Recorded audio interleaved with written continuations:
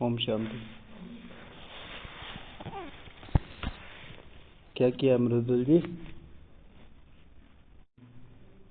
बहुत बहुत लंबा, मतलब यहाँ तो काफी टाइम हो गया हमें, लगभग 10 साल बैठते हुए हो गए।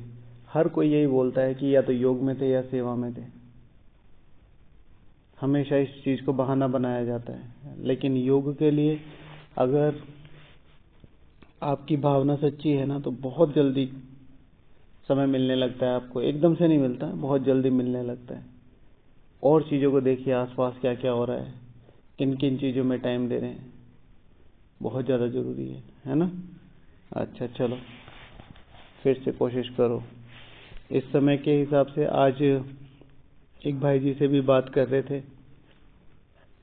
बार बार आप लोगों को इसलिए रिवाइज कराते हैं क्योंकि ये बात पक्की हो जाए। समझने समझाने का कोई सुनना नहीं चाहता है, कोई सुनना नहीं चाहता है। अगर सुनना नहीं चाहता है तो करेगा कहाँ से? करेगा कहाँ से? आज शाम को मनोहर इंदिरा दादी जी का अनुभव था, पता है ना? कितने लोग थे पता है वहां? हिंदी वाले कितने थे? मुश्किल से 7-8। बात उसी क्लास की नहीं है, सब क्लासेस की है। एक बार 5-10 मिनट बैठ के देख तो लो, हमारे काम का तो कुछ नहीं है हमेशा। चलो कभी कभी होता है, योग का बहुत ज्यादा मूड होता है तो योग कर लेना चाहिए, उससे कोई दिक्कत नहीं है। हाँ, मतलब वही। लेकिन एक चीज ध्यान रखो कि बोल के तो आप किसी को सिखा नहीं सकते इस समय। बिल्कुल भी रिस्क मत लेना। एक मात्र तरीका यह है कि करो और क्योंकि अभी वर्ल्ड कप चल रहा है तो मैं सारी चीजें उसी से रिलेट करके बोलता हूँ। ये आखिर के वो 4-5 ओवर हैं कि अगर यहाँ पर आपने खेल दिया ठीक से तो ये देख लो, मैन ऑफ द मैच और मैन ऑफ द सीरीज दोनों अभी भी मिल सकती हैं। मैन ऑफ द मैच ये जो चल रहा है, और सीरीज पूरा कल्प। बस एक चीज ध्यान रखो, अपने पे अटेंशन, दूसरों को देख के इन्फ्लुएंस नहीं होना। ये भी कर रहे हैं, एक बहुत बड़ी भीड़ एक डायरेक्शन में जा रही है, और ये गेम है। शिव भगवान वाचे ड्रामा है, क्योंकि राजा कम को ही बनना है, राजा कम ही बनेंगे, तो उसके लिए अपने आप को समर्पित करके चलना पड़ेगा। और इसके लिए चाहिए रियलाइजेशन।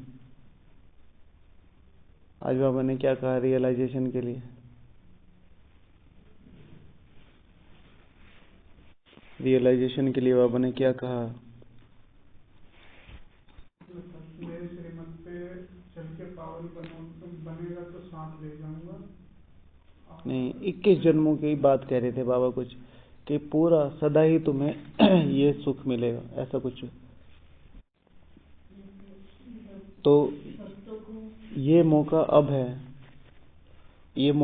है, और बार बार उन चीजों को रिवाइज करना भी ठीक नहीं है। सब कुछ सभी पता है कि अगर थोड़ा सा आप सोशल नेटवर्किंग पे जाके देखो और आपको टाइम मिले तो आपको ये पता चलेगा हम स्वर्ग से ऊंची जगह में बैठे इस समय। आप लोग तो बाहर ही रहते हैं, ज्यादातर तो बाहर ही रहते हैं। कैसा वातावरण है बाहर का? लगता है योग मिलता है इतना शांत? एक सेकंड बैठ के देखो शांत, कोई आवाज नहीं है, कोई भी आवाज नहीं है। और ऐसे में हम अपना चार्ट लेके आ रहे हैं 2-2 3-3 घंटे। मुझे फर्क नहीं पड़ेगा, बट क्योंकि यहाँ के हिसाब से मुझे निमित्त बनाया तो मेरा बोलने का फर्ज है कि अपने को बहुत पुश दो। कल को ये नहीं कह सकते आप जाके ना कि मुझे भगवान ने मौका नहीं दिया।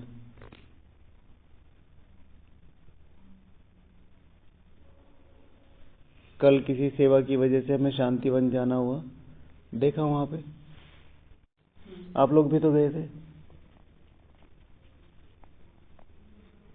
योग के टाइम पे सब लोग तो सेवाएं भी होंगी, लेकिन बाकी चीजें भी।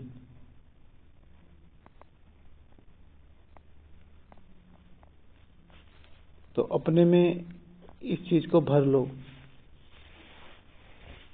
और ये महसूस तो होनी चाहिए कि मेरे लिए क्या इम्पोर्टेंट है।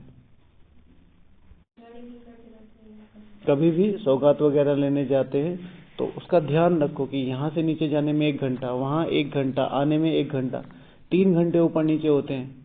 अगर उन 3 घंटे में योग कर लिया जाए तो कितना इम्पोर्टेंट है। अब इसका मतलब ये नहीं कि सौगात छोड़नी है। सौगात यहाँ से शुरू होते ही और यहाँ तक जब तक आते हो तब तक क्या रहो, साइलेंस, बस योग। तो अगर 3 घंटे में से आपकी कॉन्शियसनेस ये रही, हालांकि रहेगी नहीं, चलते फिरते आपको कहीं ना कहीं तो डिस्ट्रैक्शन होगा, फिर भी 3 घंटे में अगर आपकी पूरी अटेंशन ये रही कि मुझे योग करना है, तो कम से कम 1 घंटे का योग निकल जाएगा उसमें से, अगर बहुत हाई लेवल की रही तो। अपनी सेफ्टी खुद रखनी है। बाबा रूम खाली पड़ा था, हाँ, दादी मीटिंग हॉल में बैठे थे सब लोग, ठीक है। तो अपना ध्यान रखो। तो मैं ये कह रहा था कि कल शांतिवन गए, बाहर की दुनिया देखी 1 डेढ़ 2 महीने में, तो देखा कि हम कितने सुखी हैं।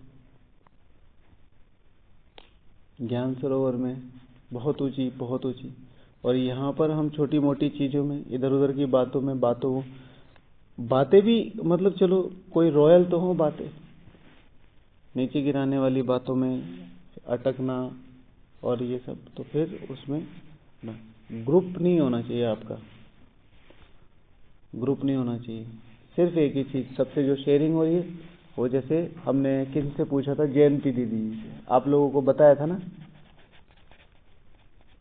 कि यहाँ पर हम किसे अपना मित्र माने, बताया था ना, कुछ इस तरीके का क्वेश्चन पूछा था,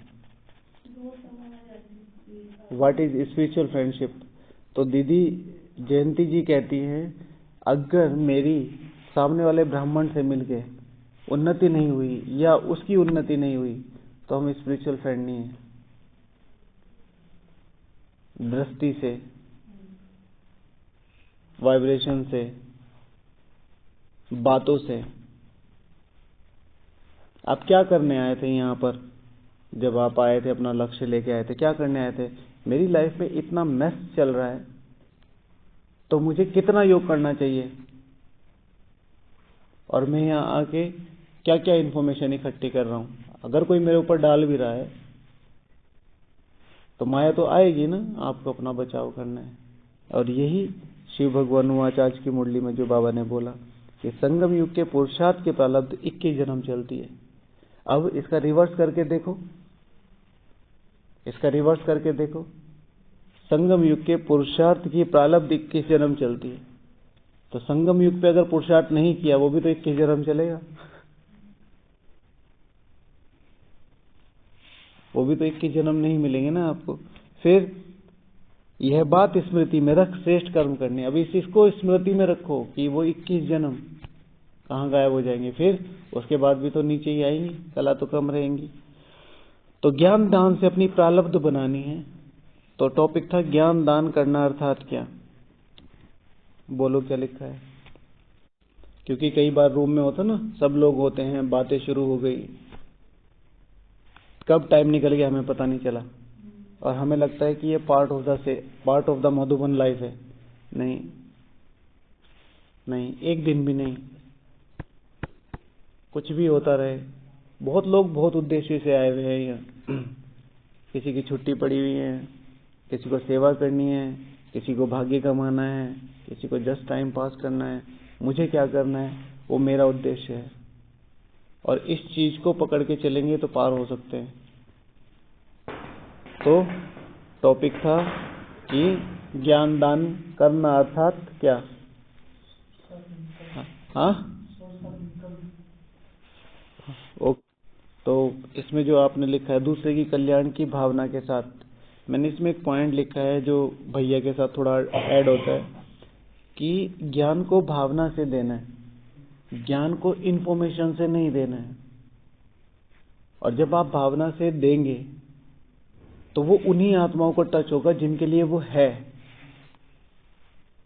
अगर आप ज्ञान को भावना से नहीं देंगे, भीड़ बढ़ सकती है, परिवार नहीं बढ़ सकता। लोग कहते हैं अगर कार चलानी हो तो कार किससे चलती है बताओ, पेट्रोल से। सबको यही पता है, कॉमन आंसर है। लेकिन कार के अंदर इंजन भी होता है और इंजन ऑयल बहुत ज्यादा जरूरी होता है। पेट्रोल फुल है, इंजन ऑयल नहीं है, तो इंजन जल सकता है, खराब हो सकता है, घिस सकता है, गाड़ी खड़ी हो जाएगी, पूरी की पूरी गाड़ी बर्बाद हो जाएगी। जबकि इंजन फुल है, पेट्रोल फुल है। What is petrol? Knowledge, not ज्ञान, इंफॉर्मेशन है। मैं आत्मा हूं, परमात्मा हूं, तीनों लोगों की नॉलेज है, मैं मधुबन निवासी हूं, जो कुछ भी हूं सब कुछ। लेकिन मेरी भावनाएं खत्म होगी, मेरी इंजन का ऑयल खत्म हो गया, मेरी भावना खत्म होगी मधुबन के प्रति, ब्राह्मणों के प्रति, परिवार के प्रति, ज्ञान के प्रति, तो आपकी गाड़ी लगेगी कि गाड़ी है। लेकिन अब कोई गाड़ी खड़ी रहती है, जैसे आप कभी पुलिस स्टेशन के पास से निकल जाओ, कहीं चेक पोस्ट, बहुत सारी गाड़ी साइड में खड़ी रहती है, धूल खाती रहती है, वो भी तो गाड़ी है। क्या हुआ उनका? कुछ तो ऐसा हुआ है ना। लेकिन कहेंगे तो कार ही, कहेंगे तो ब्राह्मण ही, कहेंगे तो बीके ही। मुझे क्या करना है? मेरी भावनाएं खत्म ना हो। At any level, at any cost, at any circumstances, कुछ भी हो जाए। बहुत सारी बातें चलती हैं, ये क्यों करा, वो क्यों करा, बड़े ऐसे, छोटे ऐसे, ये वो। किस किस को देखोगे? अल्टीमेटली तो अपनी उन्नति के लिए आए हो ना, और इन चीजों में है नहीं, तो अपने को फोकस करो। बाबा ने एक शब्द यूज करते हैं, अहो प्रभु तेरी लीला। समझते हैं इसका मतलब? अहो प्रभु तेरी लीला। हाँ, लीला माना शिव भगवान। आज सबसे अच्छा सोमान कौन था मुरली का? आज कौन सा मुरली का सबसे अच्छा सोमान कौन सा? मतलब आप लोगों ने शायद गौर ना किया हो, सबका अपना तरीका होता है। मैं विचित्र आत्मा हूँ। मुझे बहुत अच्छा लगा, ये फनी था। मैं बहुत विचित्र आत्मा हूँ। क्यों?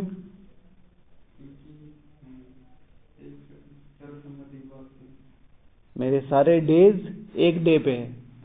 नो मेरा birthday, no engagement day, no marriage day, no anniversary day ना, मेरा एक डे है। सर्व संबंध एक बाप से है। तो प्रभु की लीला क्या है? वो यहां पर ये जो अटखेलियां करवा रहे हैं, इसे कहते हैं, और यहां से निकाल के ले जाएगा वो 8, जो इस आकर्षण में, नॉट इवन आकर्षण, विकर्षण में, विकर्षण माना रिपल्शन। जैसे आकर्षण खींचता है, रिपल्शन दूर फेंकता है। उदाहरण के लिए, जैसे मुझे कोई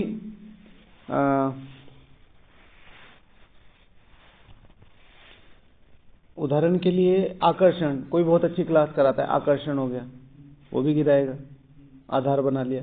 विकर्षण, किसी के शब्द ही अच्छे नहीं लगते, किसी की शक्ल अच्छी नहीं लगती, किसी का बिहेवियर अच्छा नहीं लगता, किसी का पुरुषार्थ अच्छा नहीं लगता, किसी के कर्म अच्छे नहीं लगते, विकर्षण।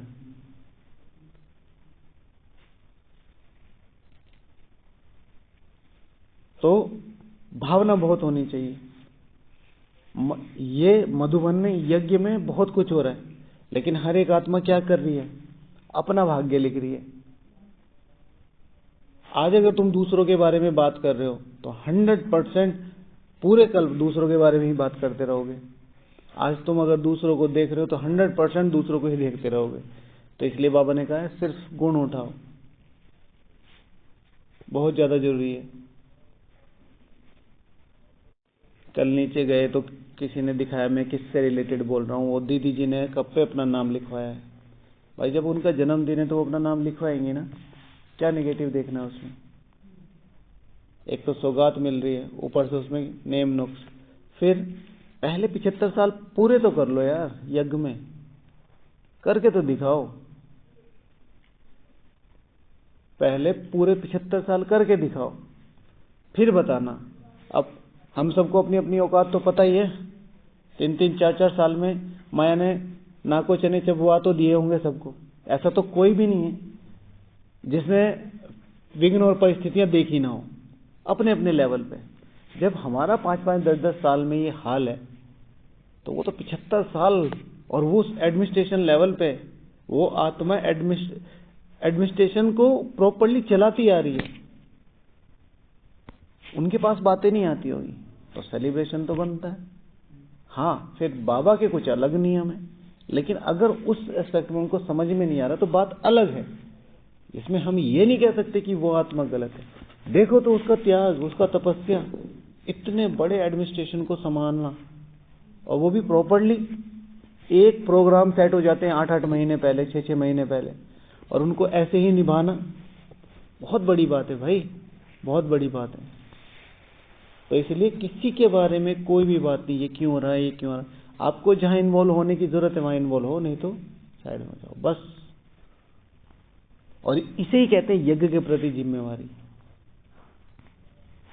तो ज्ञान दान करना अर्थात भावना, बहुत ज्यादा भावना रखो, सबके प्रति रखो, लेकिन भावनाओं को फिर जैसे कहते हैं कंट्रोल, योग से कंट्रोल करना है। ये नहीं कि कोई पुरुषार्थ नहीं कर रहा तो रोने लगे, कोई बहुत कर रहा तो उससे फिर उसी के साथ साथ ना। भावना माना रेस्पेक्ट देना, बस। अच्छा, दूसरा और हाँ ठीक है, यह है कि ज्ञान दान करना अर्थात किसी आत्मा के जीवन में परिवर्तन लाना। अब परिवर्तन हम नहीं ला सकते, तो इसमें एक शब्द यूज किया है मैंने, देखना आप थोड़ा रिलेट करेगा, कि दूसरी आत्मा उस ज्ञान को सुन के अपनी उन्नति महसूस करे। हाँ, जैसे जब भी हम मुरली से पहले अगर हमारी कोई स्थिति ऊपर नीचे हुई है, सेवा में कुछ भी, मुरली में जाते ही और मुरली के बाहर आते ही हमारी जो स्थिति है वो चेंज हो जाती है। कोई ना कोई बात, कोई ना कोई चीज ऐसी आती है। इसलिए आत्मा को उन्नति महसूस कराना है। हम कई बार ज्ञान को दे देते हैं और आत्मा क्या थोड़ी डरने लगती है। देखो, बाबा ने साफ साफ कहा है पवित्र रहना पड़ेगा, भोजन बाहर का नहीं खाना है, और देश से दे के दर सर संबंधों को तोड़ एक बशी बाबा को याद करना है। और उनको समझाते तो है नहीं इसका क्या मतलब है, और फिर वो अपने एड्रेस पे भी नहीं मिलते आपको। जैसे ही आप पहुंचते हैं उनके घर पे, वो अपने एड्रेस पे भी, ठीक है ना। कोई अंदर से आता कहता वो तो यहाँ रहते ही नहीं, पिछले 5000 साल पहले रहते थे, अभी तो है ही नहीं, ठीक है ना। क्यों? क्योंकि आपने उस ज्ञान से उन्नति नहीं करी, आपने सिर्फ अपनी इंफॉर्मेशन को डिलीवर किया है, और वो भी किस एस्पेक्ट में, कहीं ना कहीं कि मुझे सब कुछ पता है। यहां पे चाहिए ज्ञान दूसरे को उन्नति करे, जैसे बाबा है, ठीक है। आज मुरली के सबसे अच्छे शब्द बाबा के, मतलब हालांकि कि कंपैरिजन नहीं कर सकते किसी, हर एक शब्द मतलब हीरा है शिव भगवान हुआ, लेकिन फिर भी अगर कुछ एक बढ़िया सा शब्द छांटना हो तो कौन सा होगा? देखो, लगेगी तो बात आएगी, लगेगी नहीं होगी तो फिर रिवाइज करना था दिन में बाबा को जाके। लखनऊ के नवाब कैसे दूसरे को कैसे ग्रीट करते थे पहले? लखनऊ के नवाब कैसे ग्रीट? सलाम वालेकुम। भगवान, मैं सुबह डिस्कस कर रहा था, तुम्हारा एक एक संकल्प पता है उसे, एक एक संकल्प। ये कहीं हलवा ज्यादा मिल गया, अरे खा लो फिर नहीं मिलेगा, ये भी उसको पता है। हालांकि बाबा ने कहा हर किसी के दिल को नहीं जानेगा, लेकिन उसको पता है। और तभी भी वो कितनी भावना आप में रखता है। वो कह रहा है तुम मेरे मालिक हो, मैं तुम्हें सलाम करता हूं। अगर प्रॉपर वे में देखा जाए तो एक आत्मा के आंसू निकलने चाहिए कि भगवान इस लेवल पे मुझे किस तरीके से सम्मान दे सकता है, इस लेवल पे। और सिर्फ भगवान नहीं दे रहे, दोनों दे रहे हैं, मीठी मम्मा का और बाप दादा का। वर्ल्ड साइकिल, इस पूरे काल चक्र में, इस पूरी सृष्टि में, इस पूरे ब्रह्मांड की 3 सर्वोच्च अथॉरिटी आपको झुक के सलाम कर रही है। देखो अपनी वैल्यू। अब हम इलेबोरेट नहीं करते इन शब्दों को, तो हम वहीं के वहीं रह जाते, वहीं हंसे, वहीं बहले, वहीं वापिस। नहीं तो दिन में कम से कम 50 बार बाबा को सलाम करके सोना चाहिए था, ठीक है। रिलेशन बनाओ, अम्मा मियां सलाम वालेकुम, सब ठीक है, समझे। अब आप मेरे मालिक हो, मैं आपको सलाम करता हूं, हाँ, मालिकम, मालिकम, वालेकुम अस्सलाम मियाँ। सिंपल सी बात है कि मैं आपको नमस्ते करता हूँ, आप मुझे नमस्ते करते हैं, ठीक है। मालिक समझ के, मुझे भी ज़्यादा नहीं पता। वैसे जो मुस्लिम भाई बहन है वो कहते हैं सलाम वालेकुम, ठीक है। फिर इधर से रिवर्स आता है अस्सलाम वालेकुम, ठीक है ना। वो अपने उसमें स्टाइल में करते हैं, उनके मुंह में कुछ होता है। हाँ, तो ऐसे ही है, ठीक है। तो लखनऊ के नवाब कैसे मुंह में डाल के थोड़ा सा पान मान अमामिया अस्सलाम वालेकुम, ठीक है। वो भी कहते हैं, ठीक है, वालेकुम अस्सलाम। तो आज जब मैं योग में बैठा तो मुझे बहुत फील हो रहा था, इस पे मैंने बहुत योग किया, मजा आया बहुत।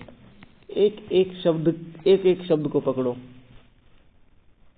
योग से पहले जब मैं जा रहा हूँ, मेरे संकल्प कैसे थे, मैं किसके लिए क्या सोच रहा हूँ, क्या सब कुछ उसको पता है। और वो मुझे बैठ के कह रहा है सलाम वालेकुम। अब ये बात उसकी है, you are nothing but you are everything for me, यही बात होगी ना।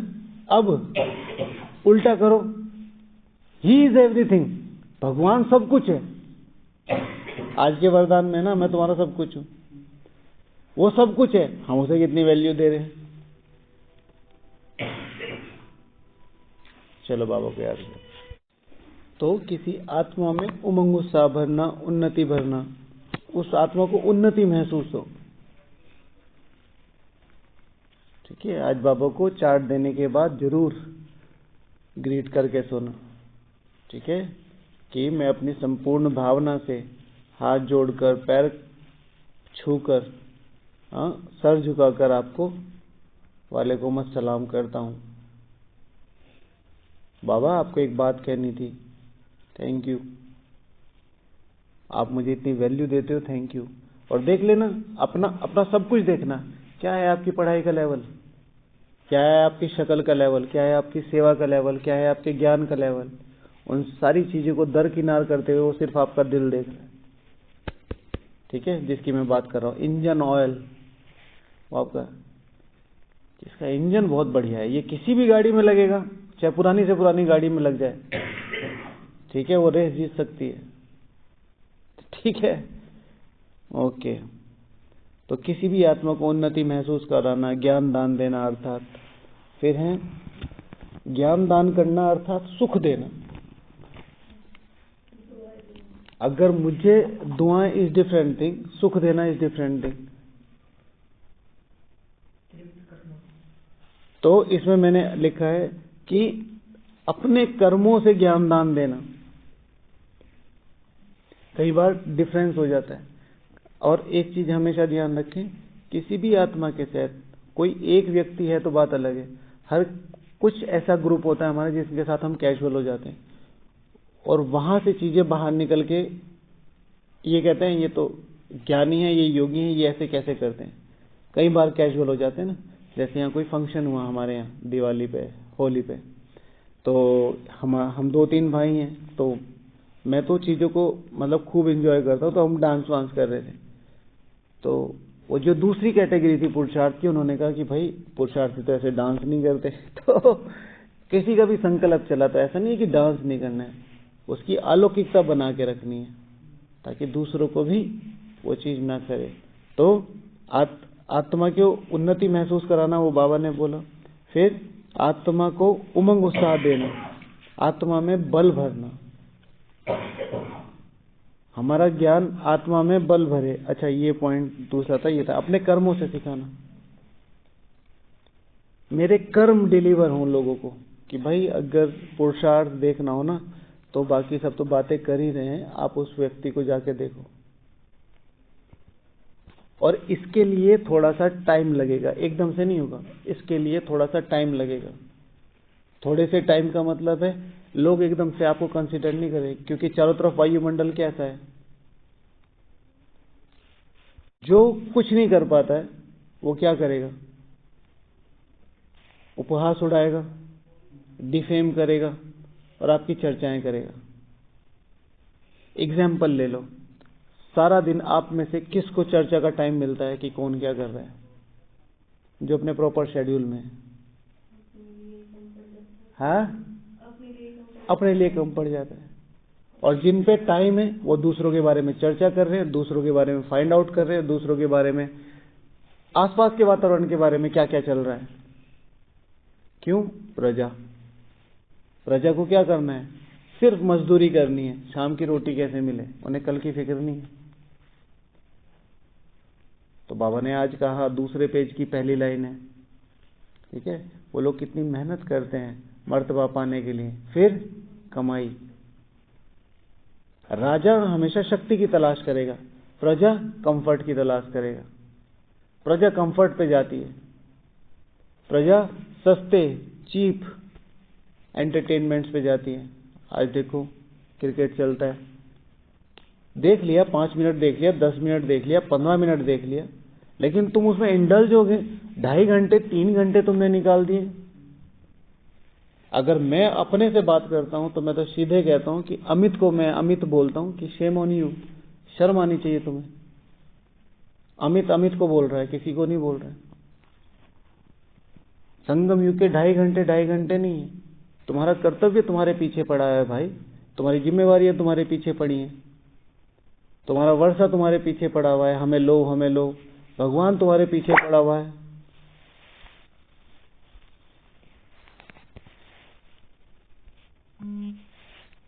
तो वो चीज हमें समझनी है कि मेरे पास कितना काम बचा है। और सबसे बड़ी बात है कि मुझे कुछ पता भी चल जाता है, सपोज टू बी बात अगर ऐसी आ रही है तो मुझे उससे क्या मतलब है। मुझे कौन सा न्यूज चैनल खोलना है, या तो मेरे कोई यूट्यूब चैनल खोला हुआ हो कि भाई इस पे जाके खोल बताऊंगा तो मेरे व्यूज बढ़ेंगे, मुझे पैसा मिलेगा। मिल तो कुछ नहीं रहा और ही खराब हो रहा है। ओके, अच्छा, फिर ज्ञान दान करना अर्थात ज्ञान को चिंतन कर सहजता से सिखाना। ज्ञान को टिपिकल करके नहीं सुनाओ। अरे 3 बार बता दिया, 5000 साल की बात समझ में नहीं आ रही तुम्हें?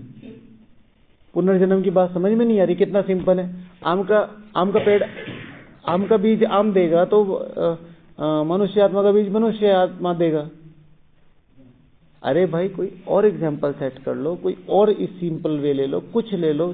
ज्ञान को सहजता करके सुनाना। 10-10 साल हो गए मेरा सामने, मेरा प्रैक्टिकल है, 10-10 साल 20-20 साल हो गए लोगों को अशरीरी और अव्यक्त में अंतर नहीं पता है। अशरीरी अवस्था, अव्यक्त अवस्था, बी फॉर बीज रूप अवस्था, C for combined stage, D for देही अभिमानी स्टेज, ई फॉर विदेही स्टेज, एफ फॉर फरिश्ता स्टेज, नहीं पता है। जितनी मुरली में आई फरिश्ता माना क्या हल्का रहना और किसी के साथ रिश्ता ना होना। ठीक है ना। फरिश्ते का मतलब तो होता है हर एक से रिलेट करता है, वो तो सबका है। तो फिर बाबा किस एस्पेक्ट में बात कर रहा है कि उसका किसी से रिश्ता नहीं? ठीक है। तो ज्ञान को सहजता से सुनाना, ये नहीं कि बस सुनाना है। भाई मेरा ड्यूटी है मुरली सुनाने की, मैंने सुना दी। उन्होंने कोई प्रश्न पूछ लिया, आप प्रश्न बहुत पूछते हो, चुप बैठो। बाबा ने कहा श्रीमत ऐड नहीं, मनमत ऐड नहीं करनी है श्रीमत में। फिर कौन समझाएगा? फिर बाबा को बुलाओ भाई। हमें एक बार कमेंट आया था ये कि आप मुरली को ऐसे एक्सप्लेन करके सुनाते हो, मुरली एज इट इज सुनानी चाहिए। फिर ये समझेंगे कैसे आप? मुझे ये तो बताओ, समझने का तो कोई तरीका बताओ। अगर शब्दों को खोल के सिंप्लीफाई करके नहीं बताया जाएगा, ये समझेंगे कैसे?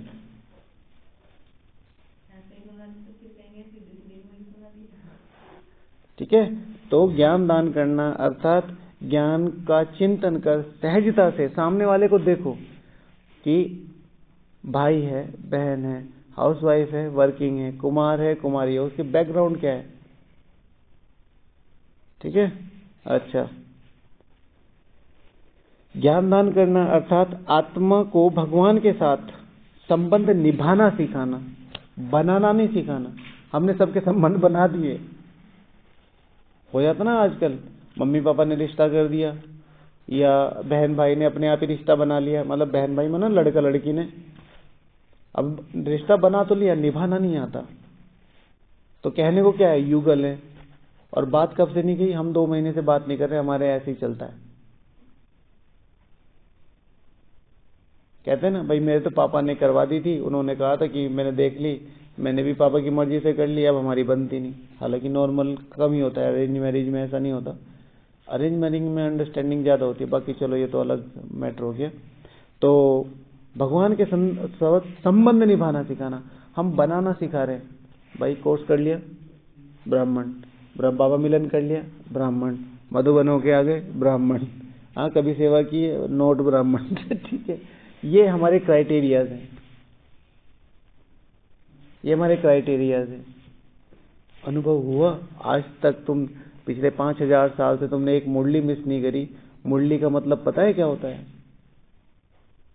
तुम दिन रात योग में और बाबा रूम के और इधर उधर चारों धाम के धक्के खाते घूम रहे हो, अनुभव हुआ है कोई?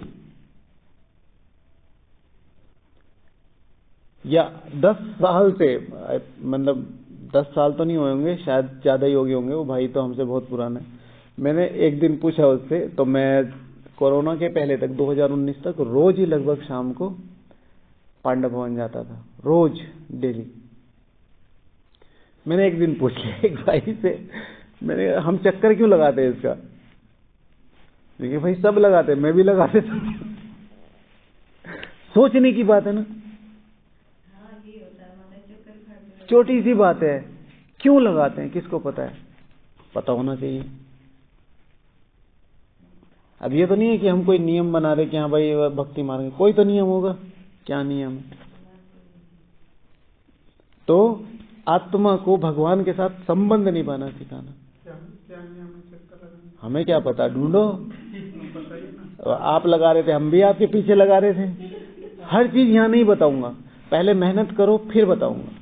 बता दूंगा, मुझे पता भी है, मतलब मुझे पता है मैं क्यों लगाता हूँ, मुझे दुनिया का नहीं पता। मुझे पता है, मैं कभी चक्कर नहीं लगाता, शांति समझे में चक्कर नहीं लगाता। मैं जाता हूँ, बैठता हूँ और इधर बैठ जाता हूँ, और फिर नहीं दीदी, है सिग्निफिकेंस है, चक्कर मारने का सिग्निफिकेंस है। मैं लगाता भी हूँ चक्कर, लेकिन ऐसे नहीं कि हर बार जा रहा तो हर बार।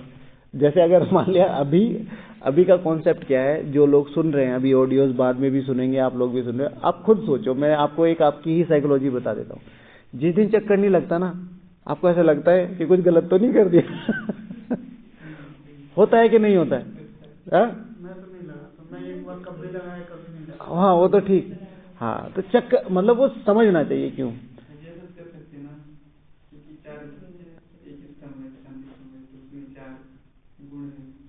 हाँ वही यही कॉन्सेप्ट है।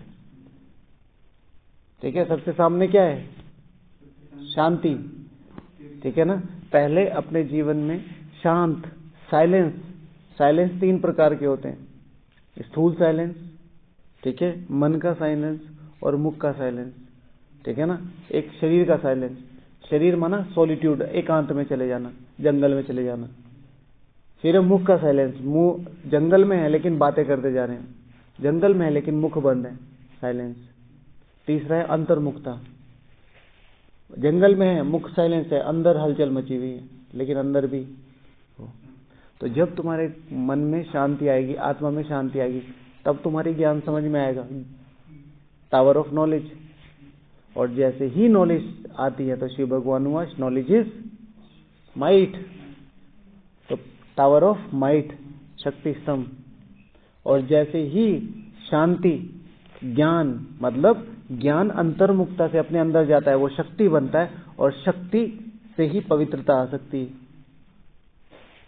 ये मैंने अपने चिंतन करके निकाला, मैंने कहीं सुना नहीं है, मैं इस तरीके से लेता हूं। अब हर दिन जाके एक स्तंभ पे बैठो और मैं संपूर्ण शांति का सागर हूं, बाप समान, मैं संपूर्ण ज्ञान का सागर हूं, बाप समान, मैं सर्व शक्तियों का सागर हूं, बाप समान, मैं संपूर्ण पवित्रता का सागर हूं, बाप समान। कर लो। तो सिग्निफिकेंस, बाबा से संबंध निभाना सिखाना। हमारी ब्रह्मा कुमारी में आया करो, बहुत शांति मिलती है वहां। ये परिचय है ना, कैसे परिचय नहीं देना। ओके, अच्छा चलो 1 मिनट है। आत्मा को ज्ञान दान देना अर्थात बाबा के साथ संबंध बनाना सिखाना, मतलब निभाना सिखाना। दूसरा, आत्मा को लक्ष्य देना, आत्मा को लक्ष्य देना। हमें यहाँ लक्ष्य बताया गया है, दिया नहीं है। ड्रामा की भावी ही है, लेकिन लक्ष्य बताया गया है, दिया नहीं है। भाई पढ़ाई करने से बैरिस्टर और कलेक्टर और आईएएस बनते हैं। पढ़ाई कैसे करनी है, कब करनी है, क्या स्ट्रीम लेनी है, कब लेनी है, कौन सा एग्जाम देना है, कौन सा नहीं देना है, कहाँ कोचिंग करनी है, कहाँ नहीं करनी है, कुछ नहीं बताया गया।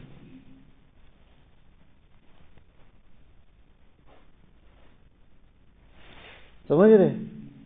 और जिनके पास डायरेक्शन है वो आए देखो इंटरनेशनल लेवल पे खेल रहे हैं। बहुत बड़ा भाग्य है। मतलब इस संगठन की बात नहीं कर रहा है, कहीं पे भी आपको एक स्पिरिचुअल सपोर्ट मिल जाता है कि कैसे करना है। आज सुबह भी मैंने दोहराया, कभी भी कोई आपको स्ट्रिक्टली हैंडल कर रहा है स्पिरिचुअल ग्रोथ के लिए, कल किसी ने कह दिया, कोई भी है रैंडमली, अमृत वेला क्यों नहीं किया, ये तरीका है, क्या करने आए हो यहाँ, तो चुप हो जाना, गर्दन नीचे कर लेना, बोलना नहीं। क्योंकि बहुत मुश्किल से मिलता है कोई ज्ञान मार्ग में, ज्ञान मार्ग में बहुत मुश्किल से कोई मिलता है जो आपको स्ट्रिक्टली ये बोल पाएगा कि पुरुषार्थ कर लो। और भले ही वो कर रहा हो या ना कर रहा हो, ये बात देखो कि वो आपको बोल रहा है, मतलब भगवान बोलना चाहता है आपको। एग्जाम्पल देता हूं मैं, एग्जाम्पल यहाँ की तो चलो हम तो बोलते ही रहते हैं, पहले भी कई बार बताया। कितने लोग आपको बोल रहे हैं कि योग बढ़ाओ। मधुबन में आए कितने दिन हो गए, ज्ञान मार्ग में आए हुए कितने दिन हो गए हैं। सेंटर्स की चलो बात अलग है, वहां दीदियां अलग व्यवहार में होती है। सेंटर्स पे मुरली क्यों नहीं आते? कभी बाबा ने चार्ट मुरली में पूछ लिया तो चार्ट पूछ लिया, बाबा कहते ना भाई रोज रात को चार्ट देना, तो दीदी हाथ खड़ा करवा लेती है, भाई कितना चार्ट देते हैं, उसमें से 1-2 को देते हैं। वही है, ये नहीं कि अगले दिनों से रिपीट किया जाए, नहीं होता है। और क्यों नहीं होता है? क्योंकि खुद नहीं कर रहे। अमृत वेले का तो कॉन्सेप्ट ही खत्म कर दिया। समझ रहे हैं? तो कभी भी कोई भी, मतलब वो अहम में ही पूछ रहा है, मतलब अपनी ईगो सेटिस्फाई करने के लिए पूछ रहा है।